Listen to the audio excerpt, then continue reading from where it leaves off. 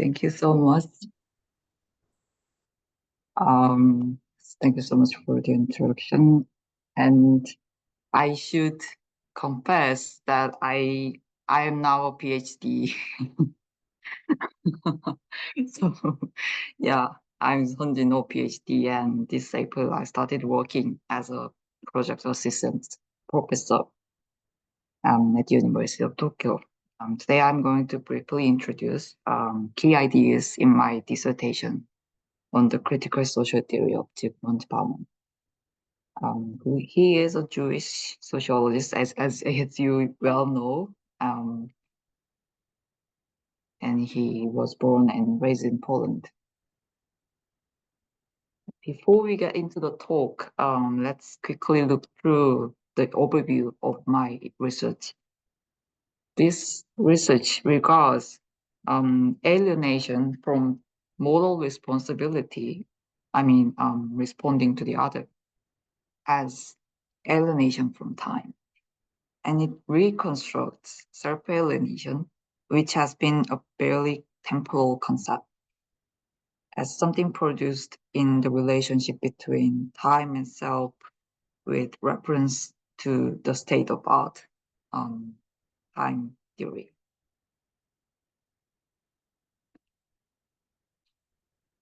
So the main research object is the critical social theory of Zygmunt Bauman, whose theorization of morality has received wide attention from sociology and related fields. However, because it has been evaluated in terms of whether or not it reflects the reality of contemporary society, Bauman's connection of morality to time has not been discerned, and its position and significance in time theory has not been questioned.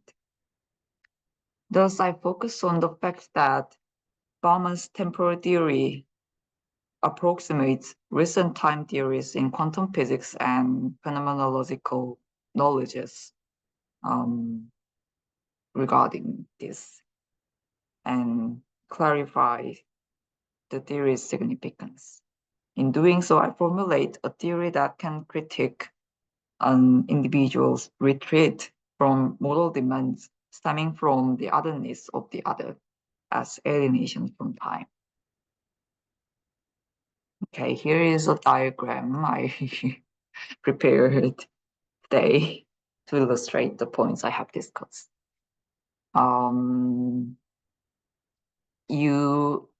In previous alienation model in Rosa and Yegi, they talk about the self and the world relationship. So when the self is alienated, then they alienate themselves from their bodies and others and their own concepts about the world and all the materialities in the world. So it's kind of face-to-face relationship between the self and the world. And then I suggest this kind of new type of alienation that thematize alienation from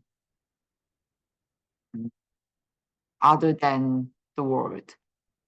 I can say exterior to the world.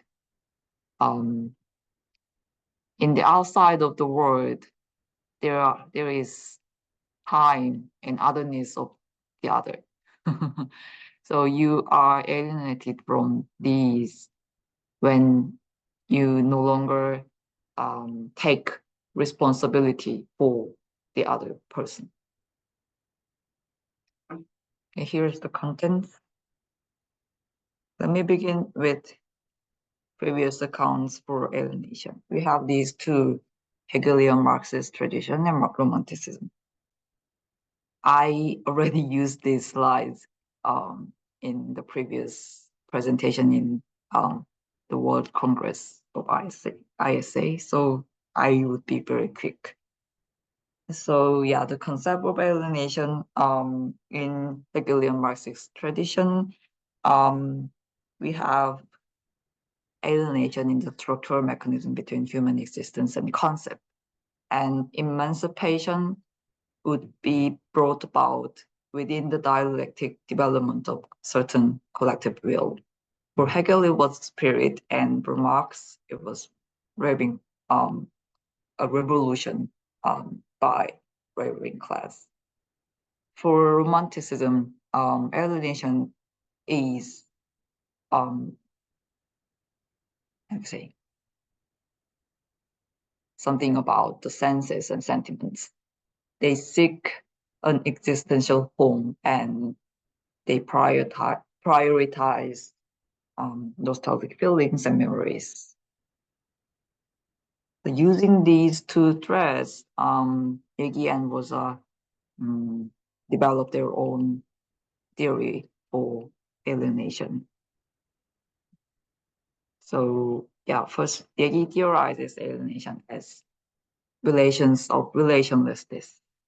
This is remarked by failing in appropriation of the world and failing in self-appropriation.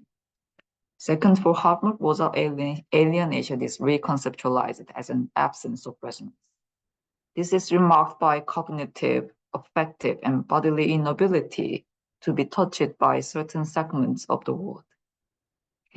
Rosa points out losing self-efficacy, which is quite similar to what Yegi calls self-appropriation, so that he can emphasize the relationship between the world and the self is a mutual process. For both thinkers, the responsive relationship with the world is regarded as a prior condition for alienation to happen. So both are committed to reconstructing alienation as an existential problem of the individual and embodied life of the self. So this approach flatly contradicts Marx's decision when he started his critique of the political economy. At the time, Marx gradually walked away from the problem of the self and let go of the concept of alienation after he developed theoretical equipment to legitimize the class struggle by the working class. What is noteworthy is that both put a high priority on the issue of perception. First, Yegi focuses on the physiological development of the sensory organs within a prior relationship with the world. So yeah, Yegi talk about you form your bodily organs like eyes and ears when you interrelate with the world. Okay. Then Rosa also employs numerous phenomenological findings in explaining the resonant relationship between self and world, such as incorporation into the body and perceptual and affective relations to the object, and relationships to something invisible, such as myths and astrology. This kind of prioritization of the embodied existence in individual lives brings about a huge shift over the long-lasting common interest in the critical social theory, which is the matter of legitimacy and justification in criticism. So the way to justify and legitimatize the criticism has changes from reason-based reflections to the realism of corporeality and perceptions and existential security. When you look deeper into the reason for the revival of alienation by Rosa and Yegi, it is obvious that this shift is meant to create a certain external vantage point of criticism that can overcome previous reason-oriented theories.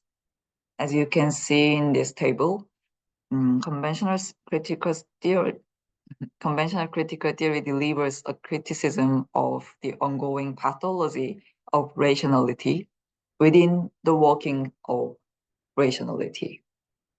So what is observed is a malfunctioning of rationality, and the authority to criticize it is on a reflexivity of rationality, how can I say, itself. Then alienation theory revived is trying to escape from the tautology of reason with the help of bodily connections to the world and its materiality. However, since the criteria come from the objective evidence of what you sensed and felt, you need to activate your rationality again to compare and judge which state of mind and body is optimistic. So criticism is not completely free from the ability of cognition and consciousness. So in this way, the critical social theory continues to share the assumption that observation and criticism have the same ontological origin, even with its retreat from the philosophical tradition of consciousness. Even if it is not subject to the rational, the tendency to prioritize ontological proofs of the goodness, such as strong sentiment, satisfaction, self-efficacy, is still about how to visualize and make sense of what the goodness is. But what if the goodness does not belong to what you can perceive and understand? Bauman's concept of morality illustrates this notion in the example of the biblical story of Cain and Abel from the book of Genesis. For Bauman, criticism arises when self-identity becomes self-centered or when the self begins to question the responsibility for the other from the viewpoint of observation, recognition, and intellectual understandability. Okay, let me read out the cited part. Commenting on Cain's answer question, am I my brother's keeper? To God's challenge, where is your brother? Emmanuel Levin's writes, one should not treat Cain's response as a mockery of God or as a response of a real boy. This is not me, this is him. Cain's response is sincere. Only the ethical is absent there. The answer is solely from ontology. I am I and he is he. We are beings ontologically separate. So yeah, when we are ontological enough, then we can accept the fact that I am I and he is he. Then the obligation to take care of my younger brother, even if totally elucidating the nature and meaning of my existence, will never be found. I am myself and not the caregiver for my brother. So when you ask yourself, why should I care for my brother? Then you will realize that there is no existential evidence for moral responsibility. The self must transcend the realm of the self-worth relationship and self-care and self-preservation in a certain way. But how? Then Bauman posits modality as something that does not have physical location or residence in the world. So yeah, he thinks it resides outside of the world. Morality could be incorporated only when phenomena of time enables the fundamental ambivalence of identity. Say that the state of I always comes with not I. So not I means the otherness. So in Bauman's view, The identification of I is not a self-confirmation within the relation with the world, but always already about morality as a prime factor of time, or its exteriority to the world. To elaborate on this idea, Bauman states that there is no self before the moral self, morality being the ultimate non-determined presence, an act of creation ex nihilo. Further, he intends to express the priority of the external dimension other than the world should be a vantage point of criticism about socially formed immorality. So this duality of the self only can be explicable when it is grounded by certain model for time,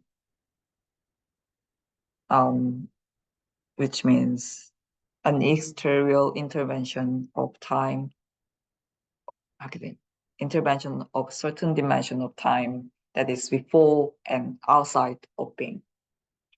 If time were a simple continuum, like the picture on the top of the slide, you don't have any births and deaths of moments.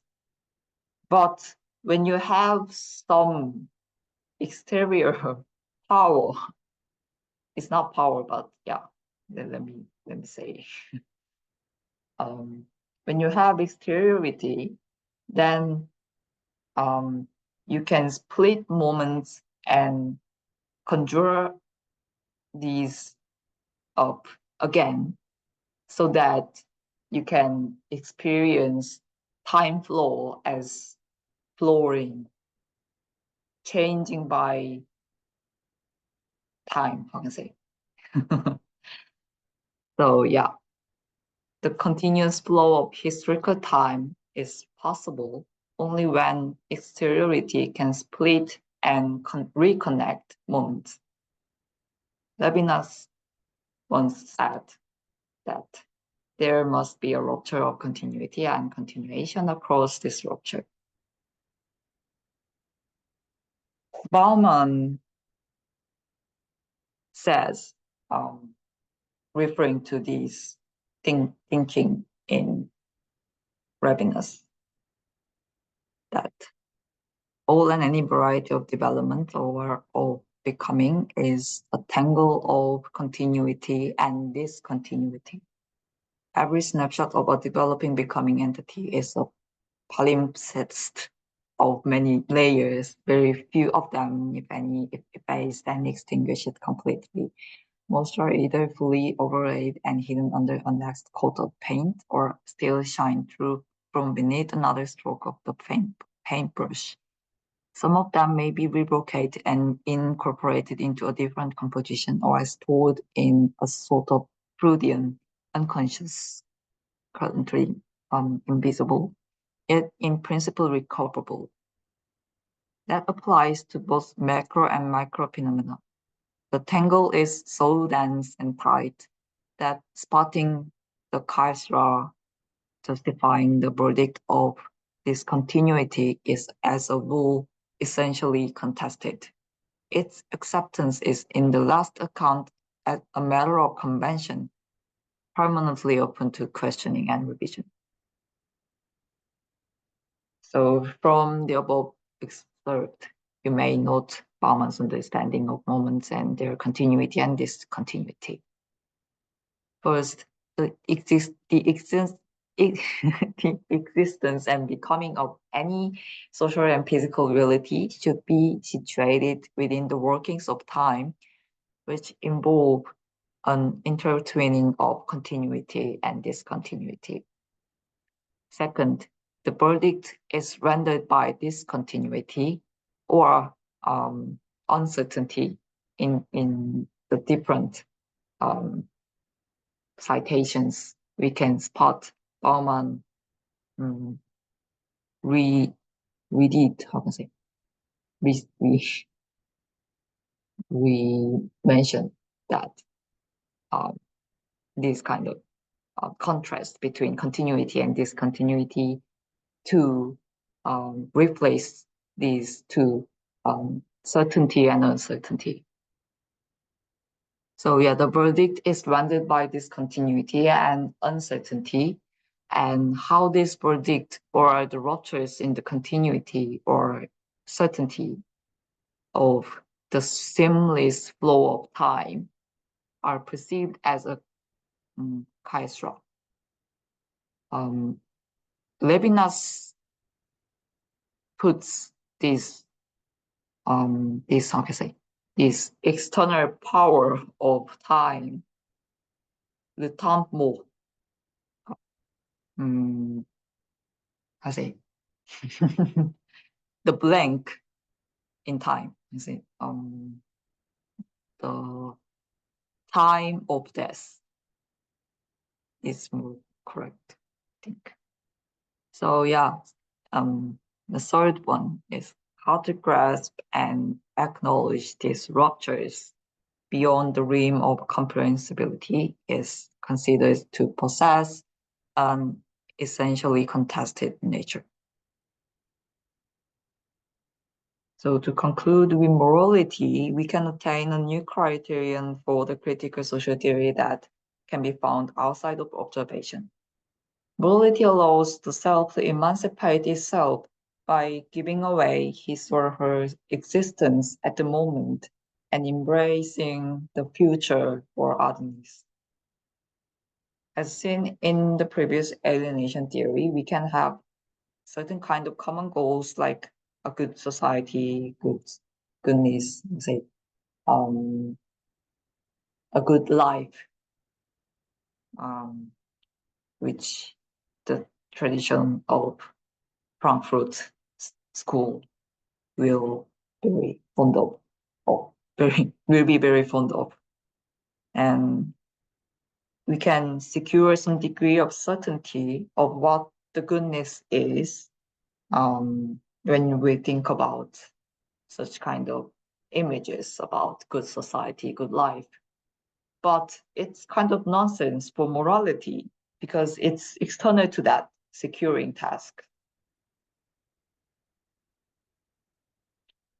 In this way, Bauman's idea of morality delivers a new way of emancipation in relation to temporal momentum external to our worldly life, so that the construction of the ontologically designed order of alienation and emancipation can be possible.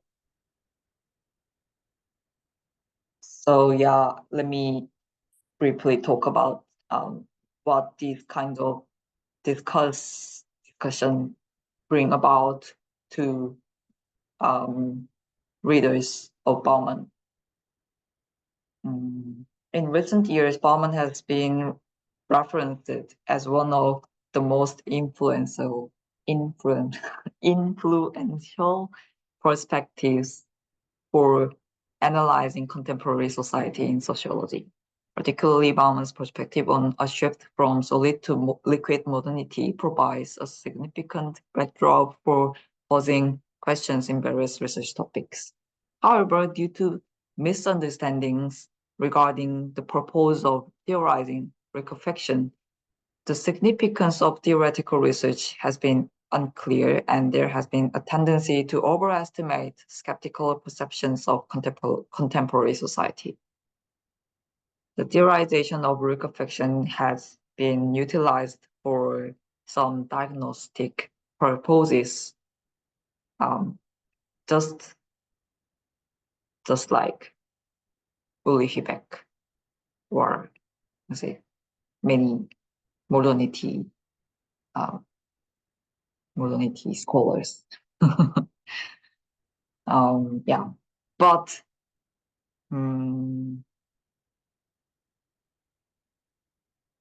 however, as this study demonstrates, the theory of liquid modernity is not aimed at diagnosis, but is underpinned by a unique perspective on the dynamics between certainty and uncertainty in time. The critics of liquid modernity do not stem from a reflexive crisis consciousness toward, how to say, stem from a reflexive crisis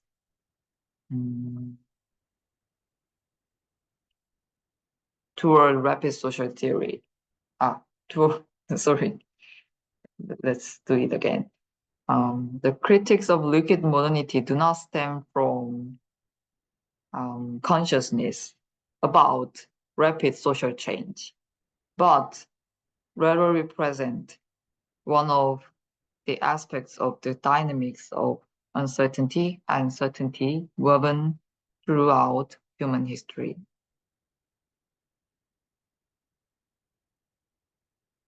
Okay, I forgot to going next slide. Okay.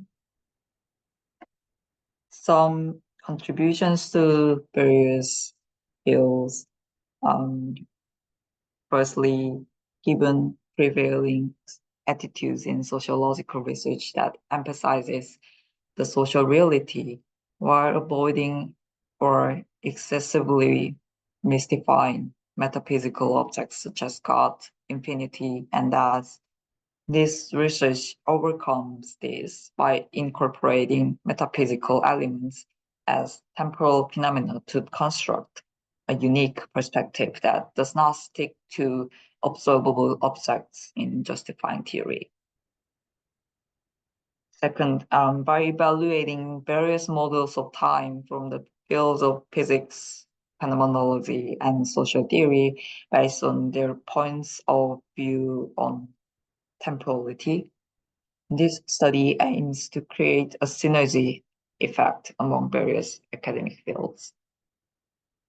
For example, by adopting the perspective of quantum physics, which views time not as an objective universal unit of measurement, but as a realm of uncertainty where various physical quantities emerges, it becomes possible to re-examine the premises of traditional social theories that have identified time with specific concepts, such as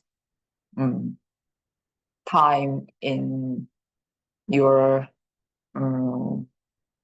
clock. We in Japan we say it's clock time, the modern time, modern way of thought when you talk about time. But this is just a representation of some notion towards time. It should be separated from time as it is. And yes, furthermore, by connecting the phenomenological insight that highlights the inseparability of uncertainty and ethics with the physical models of time that have excluded subjectivity and meaning, and so that we can open up rich semantic horizons that connect ethics and uncertainty. Okay. Lastly, in social theory and political philosophy, post-foundationalism has emerged as a potent perspective aiming to overcome the opposition between idealism and realism, and the contrast between foundationalism and anti-foundationalism. This study, which establishes the basis for critique through the nexus of morality and time, unconstrained by both concepts and experiences, dramatically expands the possibilities of post-foundationalism. Thank you. Okay, it's done. Really good, really good. Derek, if you have Thank you. any Thank you. comments, because I believe you need to go.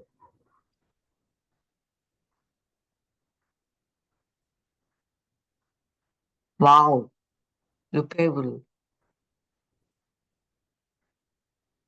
Wow, thank you so much. Dirk, I can't hear you. We can't hear you. Your presentation, it really made me thinking again and reflecting again. And I have some points I would like to comment. First, I think it's very interesting that you come from Bauman and then over Eggy and to the external and time. And I think that I'm not sure if I understood it right, but I think that the division or the critique on the critical theory against the timeline now is I understand, for example, Adorno and the critical theory otherwise, because I think that it's not only critique and reason, it's also already the damaged life, the feelings is incorporated in Adorno. For example, when you read the Minima Moralia, which is a book which is about the damaged life, reflections on the damaged life, as the undertitle is. It's about also with Freud and psychological, the damage that is done, the harm that is done by society, the capitalist society, to the human and the feelings, as a matter of fact. So I think you could look into it deeper again if you like to.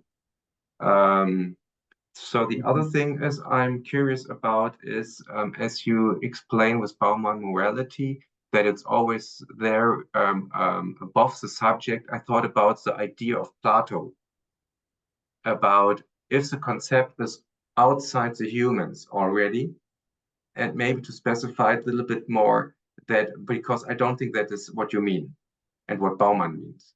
But it might be good to specify it a little bit more, that it's not outside, but it's maybe the whole critique, as you also come in the last slide, I think, critique is immanent related to the morality or the ethics. I would either say ethics, not morality, but so it's the interconnection, maybe.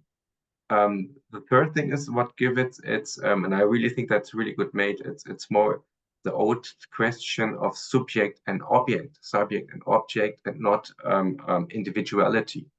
It's more about the whole person and not roles, sociological roles, but the whole person giving with time frame and so forth. The comments I wrote with Henri Lefebvre is more the critique of everyday life. He has this 5 dimension of alienation, and the last one is the dimension of otherness. And it's always also a process, and it's also a dialectical, let's say, journey with Lefebvre. And he has also the lived and the living with respect to times. And in his last book, he has this rhythm analysis, where you have also different aspects of the rhythm of linear and circular time and rhythms of the body. That means the biological rhythms, but also the rhythms of, for example, industrial rhythms, and how this is interconnected. So how all this rhythm is connected with respect to the growing culture, meaning also it has a history and it's growing and it's changing all the time. And it can be totally otherwise within some years at another place with this work, the production of space.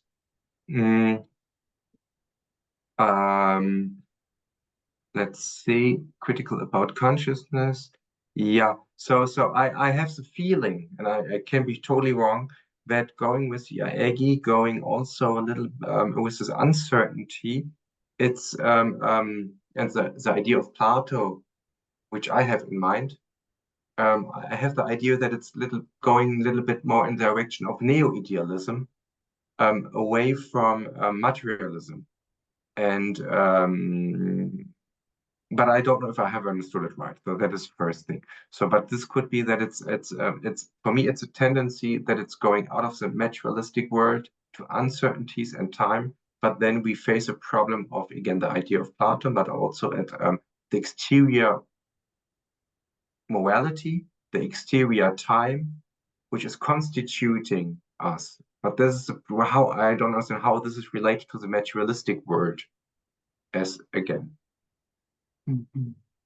Okay, this was just short. Yeah. Thank you so much. The last comment was really impressive and very important. And I I'm afraid that I could understand your comments enough. Mm, You can also write me, and we can also do it or meet via Zoom separately. That's not a problem at all. wow, yeah, it's When you would like to go into great this deeper or suggestion. so, because I don't know also if my critique is valid. So I also have to that I understood you right. That is also, so it also could be that it's. Mhm. Well, yeah, it sounds fantastic. And for now, I what I can reply is the connection between morality external to human existence and our material life. Yeah. How these can realize this kind of materialistic momentums. Mhm.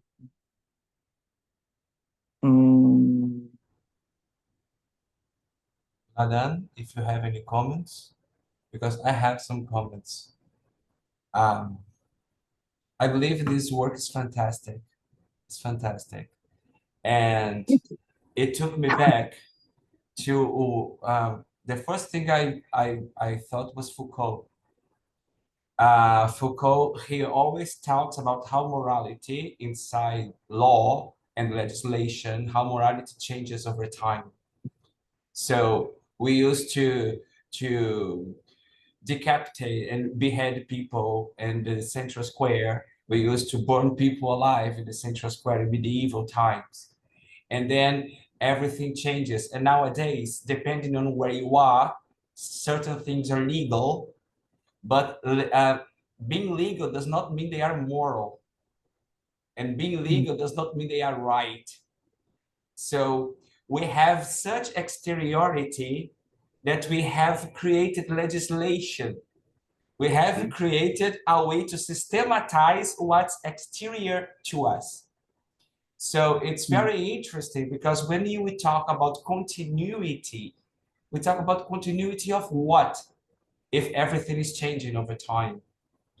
And this idea that you brought from Bauman of the discontinuity, what is in between those experiences, it's really interesting because it also took me back to Rosa Hartmut when and the acceleration of time. It's an amazing work. It's an amazing work. And this work says about the several dimensions of time.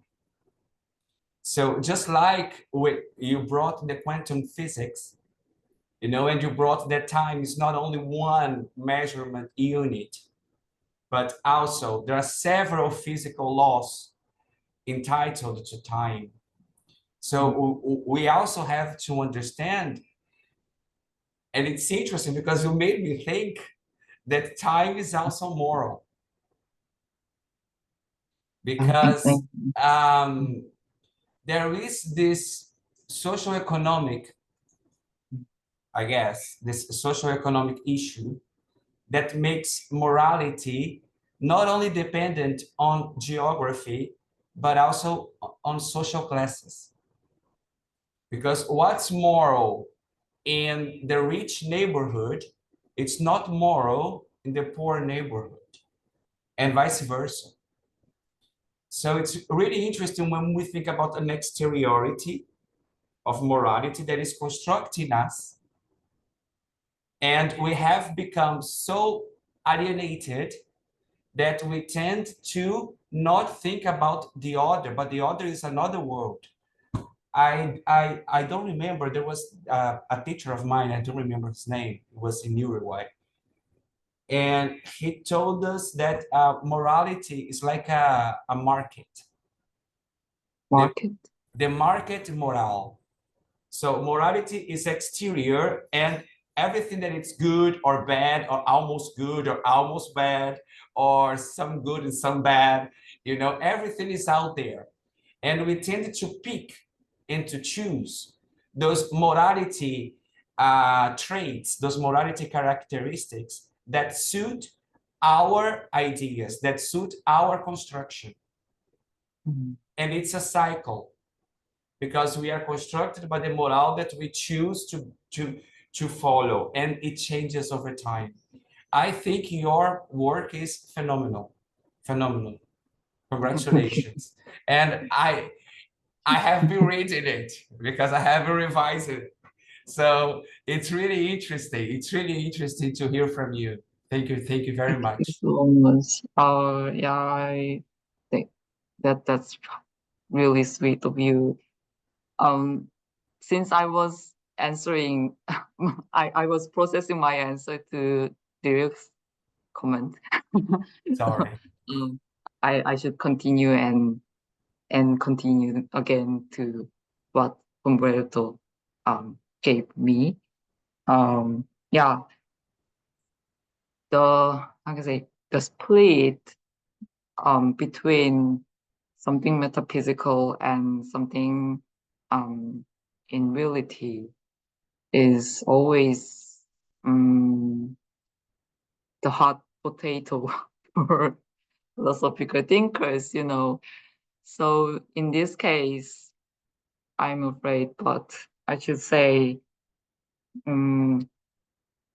Levinas usually put this idea when he used is I don't have an English word, trait, like footprint of the time. You know, you see the footprint. It's not exact word, but yeah, the footprint of time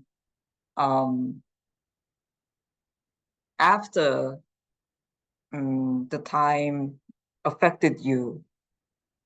So you are always late. You are always late for be conscious about the time. So that kind of, you know, way of I say escape from what is questioned is already here, but I'm not sure it's not good. I'm not sure it's good answer. How do you think, by the way, about this idea, Dirk? Well, I think it's very difficult time. It's difficult.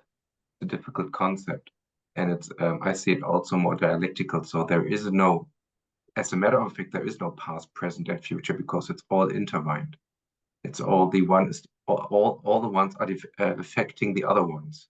So as a matter of fact, there is no past without the present because it can't be thought. There is no without the thinking of the futures going into the past and also changing it, and so forth and so forth. There's an intertwining in the understanding of the conflict of time.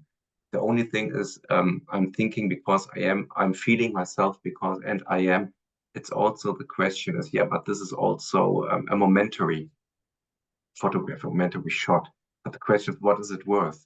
And so forth. So it's a very high philosophical question, and it's we should elaborate more on this. And I think it's a dialectical, which is on the lived and the living, the understanding also of the future. There is no understanding of the past. There is no, when we take Bloch, the principle of hope, there is no understanding of the now when we don't have a feeling of the future and gaining and longing after the future, after maybe a better future. Morality is also the question, what is morality? Because it's also process time and space, but it's also changing, and morality, it's also a power question very much. So that's also, I think, one also could go into distinguish also with respect to time between morality and ethics, which also might be a differentiation worth, because morality is what say very as more as a joke, morality is in the church. to the Catholics, that is morality. They have the market of morality. Ethics is another thing. So we have to also to think about what is the idea of morality, of ethics, and what has this to do in the changing of time with the concept of power and understanding of the word. So it's a kind of institutionalization of time which we have in a capitalist society, which is more linear thinking, which is opposed to the circular thinking, which our farmers are dealing with and all these. So it's and the body is also have another kind of emotional time in a time because our cells are renewing itself in a different kind of periods. It's also circular. So we have also a circular living time. And so, but it's really complex. And I think the also very difficult thing is to focus on what one really would like to write about, not to spread in all directions, because it is so complex. It is so difficult. So, yes. but I'm afraid I have to go. But Sunjin, you can always write me, and we can make a meeting with in between. It is, I guess, with all members. This is good in groups. We also can just write them, and then we can find out when to meet. Maybe 2 or 3, or write in writing. We can do this and so forth. That's lovely. Okay. Yeah. Yeah. Bye for now, and I will contact you after. Yeah. Wonderful. Okay. Daran, Umberto, we write. Umberto, we also have to write because we have a meeting. Yeah, we are also on the meeting with this. Yes, wonderful. We anyhow write. Shoot, and thank you for today. Thank you so much.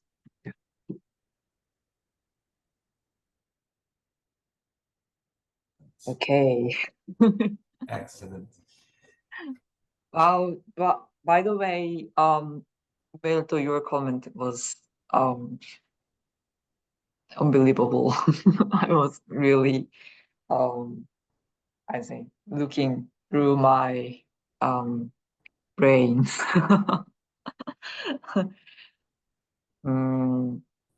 I lost my words. Nothing to add, but A how do question. you find? Yeah. I'm sorry. A question. Do you think that this new look on alienation as a time alienation, do you think that can have implications like in other fields of research? Such as? Like, for example, I'm thinking about political science, for example, right? If you think about political science and the political times, because in politics, for example, we have elections, but this does not set a time. It's just one of the several times politics have. So, for example, when from one decade to the other, from 1 month to the other, from 1 year to the other, from 1 day to the other, everything changes and changes differently. In legislation, for example, everything, because we are talking about change. Yeah. Right. So, I mean, I believe that this theory, it can have implications in other fields, in other ways to see things, even in research itself. It's really interesting, especially for politics, and the way we usually talk about the rapid change in society. We persuading. What is it? What is it? Actualization. Okay. Yeah, accelerating society. Yes, Then, acceleration of time. Yes, acceleration of time. When you talk about this acceleration, we are kind of trapped in political and economic way of thinking about time, in my opinion. But as you already mentioned, time, you and Dirk already mentioned. Okay, thank you. Okay. time has multiple dimensions. Maybe there are, how can I say, ultimate, infinite possibilities about their possibilities. So, but when you talk just about acceleration and hectic and aesthetic changes in politics, then you are away from ethical dimension. It's very simple, but I'm quite worried about when you talk about the passage of time becoming denser and denser. You are just worried about your business. In simple words, yeah. You are just caring about yourself and you don't have any room for caring for others. So it's just natural. It makes the thinkings that prioritize yourself discarding the concerns about the other. It's quite hard to explain, but when you conceptualize time as such thing, then this kind of consciousness comes in front of the other things. That is my argument is about. And it relates to the tautology that you mentioned. Yes, indeed. Yes, exactly. Yes, because we cannot ask for other people who are not researchers, who are not sociologists, who are not social scientists. We cannot ask them to visualize and to perceive and to look at time the way we do. And yes, the theory that you're bringing, how can I say, it cannot be anything else but complex. It's a complex theory. Because when we cannot talk about time in a simple way. Just like Dirk mentioned, we cannot talk about time in a simple way. And you're talking about time, you're talking about morality. And so like there's lots of complex concepts and you seem to make them work together. Like it's very well seen when you join these two. I really enjoyed it. I really enjoyed it. Yes. Time contains I would dare to say, time contains everything. That's true. Time contains us. Yeah, time reflects everything. That's true.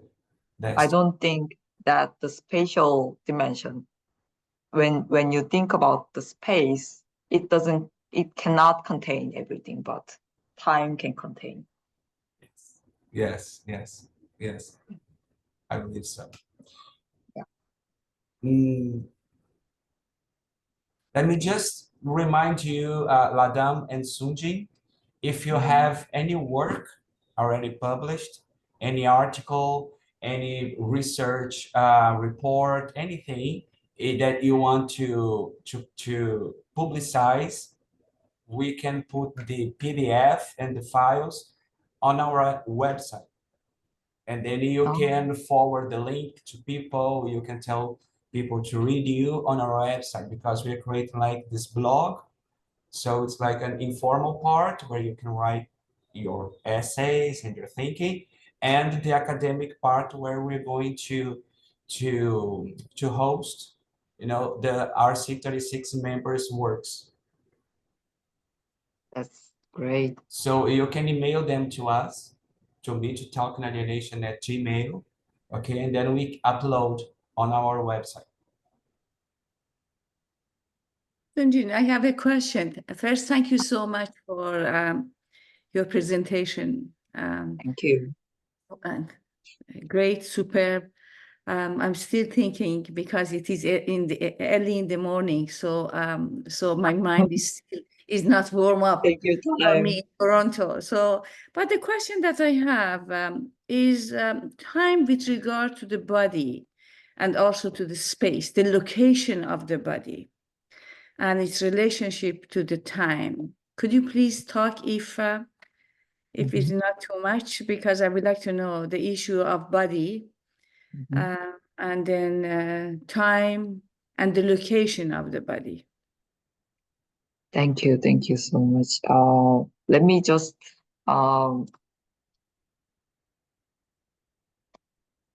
show the picture again. We have body here and materiality here.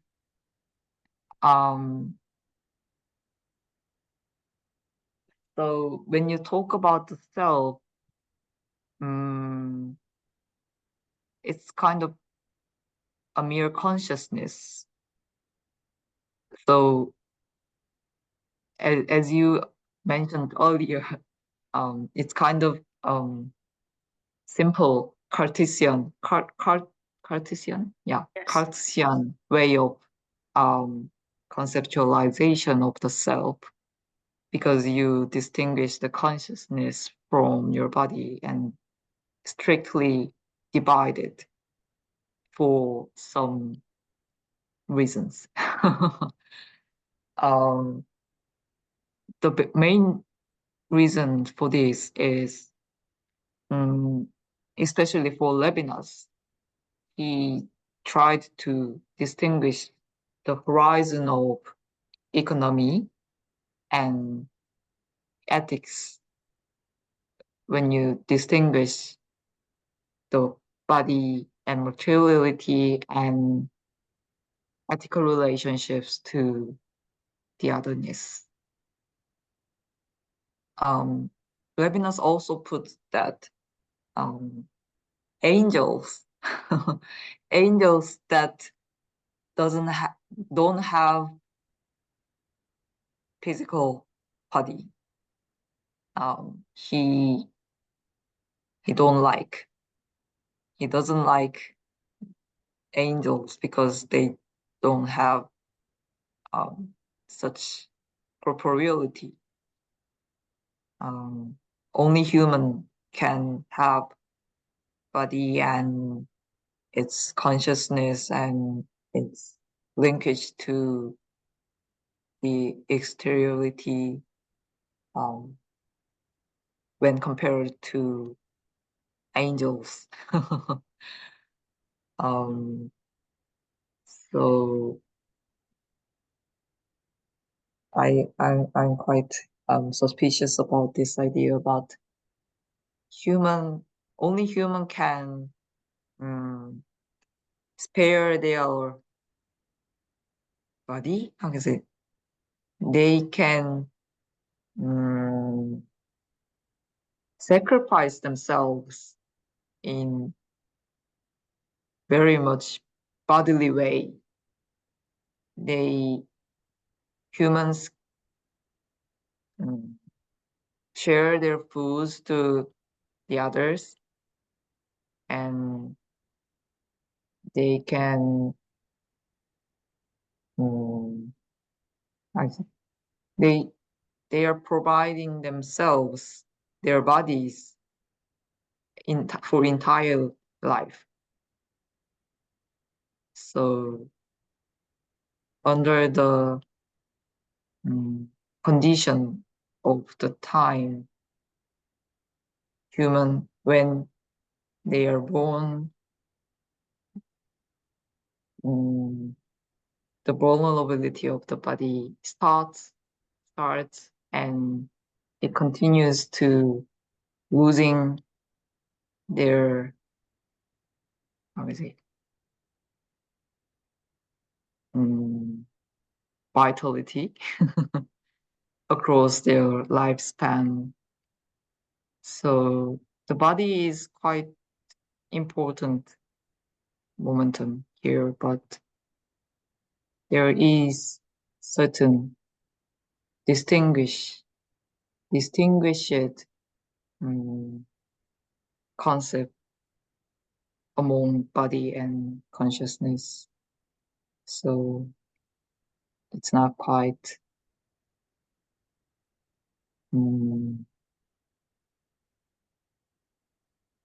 it's not aligned with contemporary phenomenological thinkings regarding bodies. It's more like Cartesian. But I am not talking about a separation of the mind from the body in the Cartesian, but I'm talking about the time and how time plays an important role, of course, with the existence of the space. For example, through a kind of feminine perspective. So how body basically is excluded from the world, the feminine body. So this is, and how time plays a very important role with regard to the location of the body and the way that we see the body. So this is the way that I try to locate the body. Where is the body? And how time plays in this basically exclusion of the body, because the body, according to a Cartesian duality, the body stays as the opposite direction of the mind, and by the association of the body to mind, mind and reason, and then body as corporeality, which is basically, there is a kind of hierarchy that the feminine body is basically excluded from this realm of mind.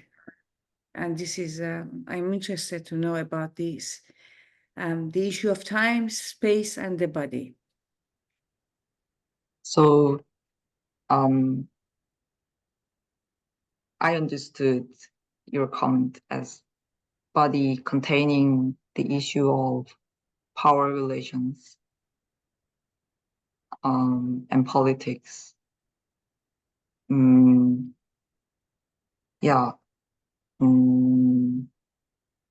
It reminds me what Agamben argued, body as a slave. And as an analogy to your body,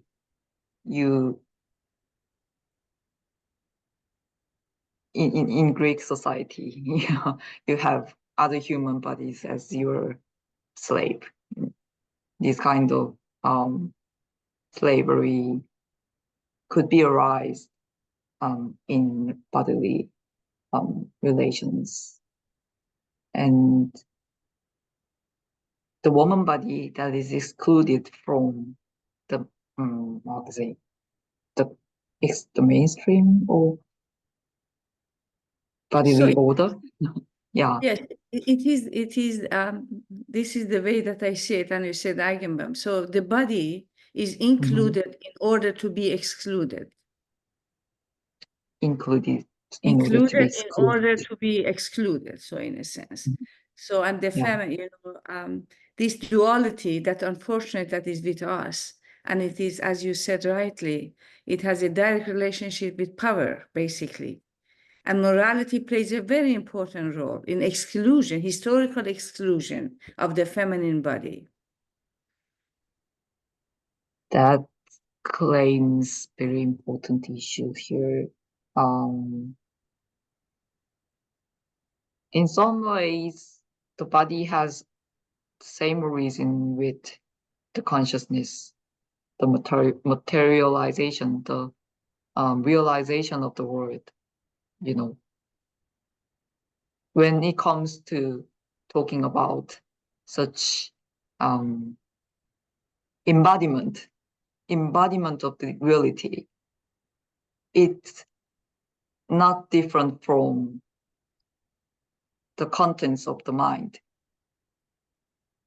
In Leibnizian sense, I'm just talking about in the Leibnizian sense. So the construction of such power-related embodiment of the reality, it's not distinguished from, I would say, Hegelian ideas of the spirit. I say it's not significantly different or critically different. It's adversely, it's kind of the same. It belongs to the same ground. Yes. Does this make sense? So in this regard, time is quite external. It's far long away from these issues, the political and worldly issues of interhuman what I want to make clear.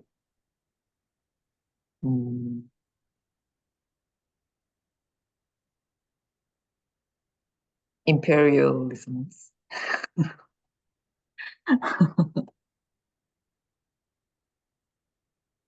Thank you. But I want to listen to you more about what you're thinking about the ethics.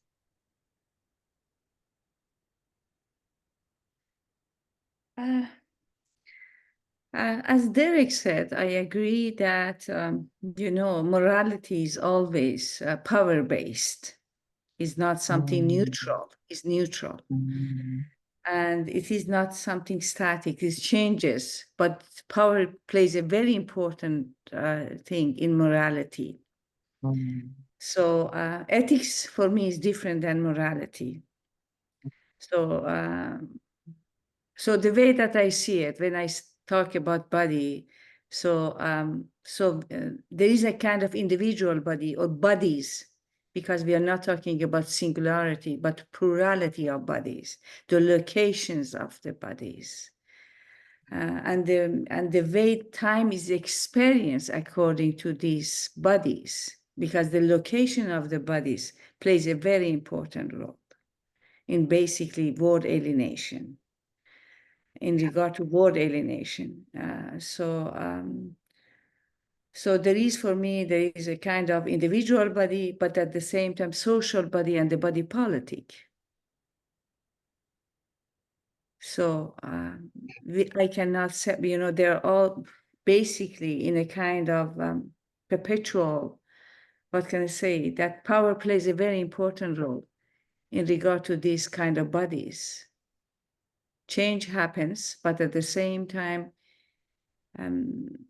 individual body in a sense that creates the social body and the body politic, but at the same time is conditioned by what it creates. So this is the way that I see it. Yeah. Basically, it's Marxist history way of it's what Marx talk about history. You are conditioned by the historical progress, but you are creating something new. But I am not sure if it is progress, because in many circumstances we are regressing. I'm not sure. I do not see history as a kind of linearity that we are going to a kind of progressive way of existence, because in many circumstances, so we are basically regressing, not progressing. Yeah, I agree with you too. So yeah, maybe the historical time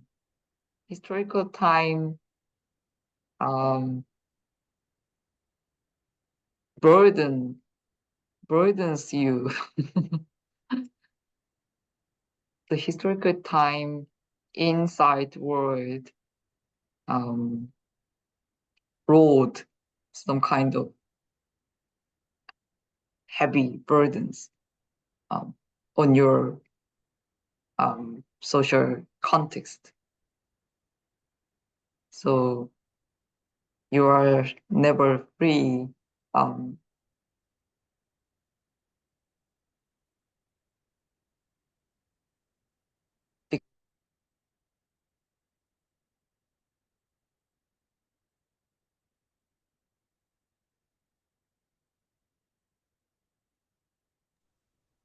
I believe. yeah, Yes, disconnected. yes, yeah, that kind of historical formation of body should be yeah, criticized in proper way. That's my opinion. Thank you so much. Thank you. Interesting. Very. Now I have lots to think. Yes, for sure. Yes, this is what I love the most about these sessions, because you always leave these sessions like with so many new things in your head, so many new perspectives. Yes, It's really interesting. thank you. Thank you But- very much, Sunjin. Yes. But the other thing that I would like to know, time is not about a kind of is continuity and discontinuity. It is not the same. So I would like to hear about the issue of continuity and discontinuity, because we are living in time and space, but time also changes. Time is not static; it changes. I'm at change. Yes, change is time to me is about change.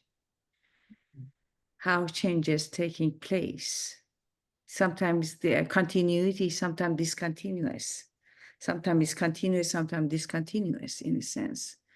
So I would like to know about this continuity, discontinuity of time, if it is possible. Yeah, that's a good question. I adopt this kind of very brute, brutal way of division when I talk about continuity and discontinuity.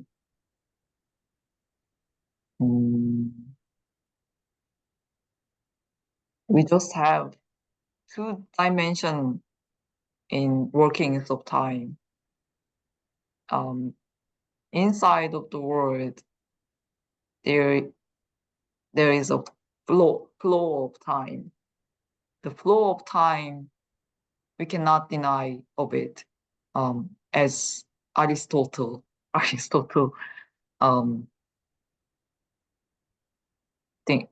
thought.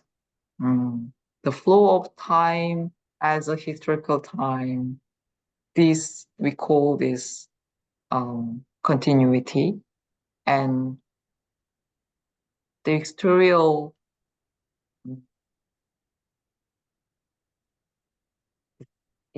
dimension to this is discontinuity, because it separates the continuous time, and then it conjure up the moments again.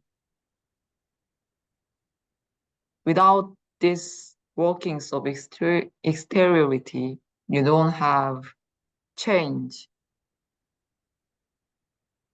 alongside of the flow of time. So the change is the main point, as you mentioned. What makes the change be possible? That is the issue. So yeah, in Levinasian sense, what makes the change possible is the source of the ethics,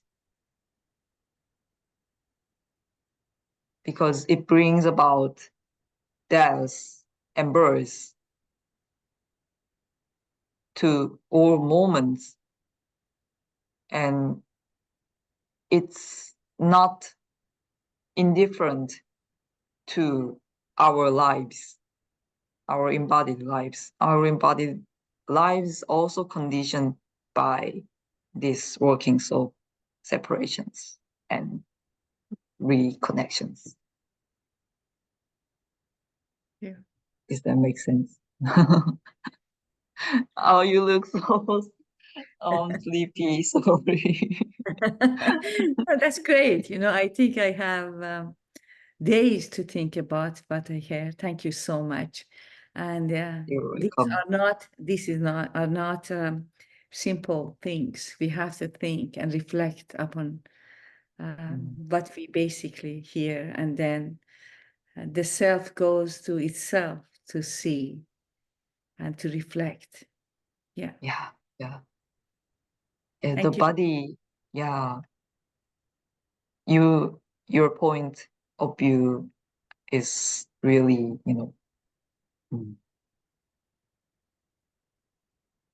full of insights. Thank you. Yeah. Because I'm working on a chapter for my book, and the context is the law and the perpetuation of inequality. But I basically have gone to Plato and the way that body is despised because it's part of the earth, and it stands against his theory of forms. And then from there, and in modernity, we see this in Cartesian dualism, and the way body is treated, and the way that these all thinking or a kind of patriarchal values as basically affects the body of women.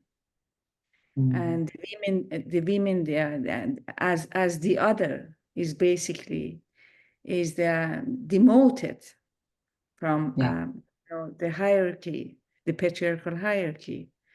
And to me, body is very, very important, and we have to think about the space of the body.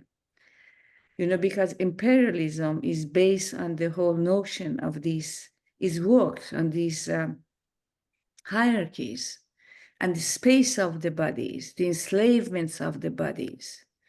So, yes. Yeah, that's really important topics. Yeah, so thank you so much for providing us with many insights. Then Thank you so much. I really appreciate. Yeah. Afterwards, So, I will send the video of the session for your Sunjin, and if you want to share with others. Thank you. Thank you. Well, I believe we have come to the end of the session. Unfortunately, there were many people, but it's recorded, and I believe it's a very nice moment for us to get together, to know each other, because we know that also in the academic world, is much more about networking and finding people who think alike or who challenge the way you think. I think this is the most important. And I really appreciate you here. Sunjin, thank you very much for your work. By Sunday, you'll receive your manuscript revised. Okay. Thank you. Ladan, is always nice to see you. It's always good to see you. I know here in Brazil right now it's 7:30 a.m. Now I'm going to have breakfast. Me too. And I really appreciate that. Thank you very much. And whatever you need, please just write to us. Okay? Yes. Thank you. So, but I have a question, Umberto, with Yes. regard to next year. So when are you going to send the call for papers for Morocco's, forum? When are you going to send the call for papers? We may send them by the middle of the year, by June, Oh, June. That's Okay. it. between June and July, because we still have to come up with some architectural organizational things. And when is going to be the deadline for basically sending it to you? I'm going to have to check that with Dirk, because Yes. we are working together on the deadline and on the year calendar until Yes. Morocco. So when the time we have this done, we will let you know. Okay, perfect. Okay, perhaps is that, in a couple of weeks. but the format is going to be hybrid, or it has to be in person in Morocco? I would like to know. In Morocco, Yes. I believe it's going to be in person. In person. Okay. Thank you. 100% in person. Okay. Yes, I believe some people You are believe. trying to have a hybrid format, just like it was in Australia, but it didn't work. Yes, I agree with you. I do not like hybrid because in other conferences, the hybrid doesn't work and it's not the same as in person. This is I the believe so. unfortunate. Yes, Yeah. yes, I also think so. yes. It takes too much efforts. That's true. So let's just pray that our institutions have enough money to send us to Morocco. That's my worst. I'm a bit worried because I just submitted documents for funds, but Good. the outcome, the results will not be on time. So if I couldn't get it, then I will go Good. with my own budget. Me too, I will be there. I mean, no one wants to go to Australia, but to Morocco we will. I try. Okay, girls. Thank you very much. Have a lovely day. Sunjin, have a lovely evening. Thank you. And And you have a lovely breakfast. Please don't tell me anything. Don't tell me nothing that happens in the future there in Japan. Okay, girls. Thank you. Thank you. Bye-bye. See you. Thank you. Thank you Bye-bye. so much, Sunjin. Yeah. Thank you. See Bye-bye. you. Bye. Bye.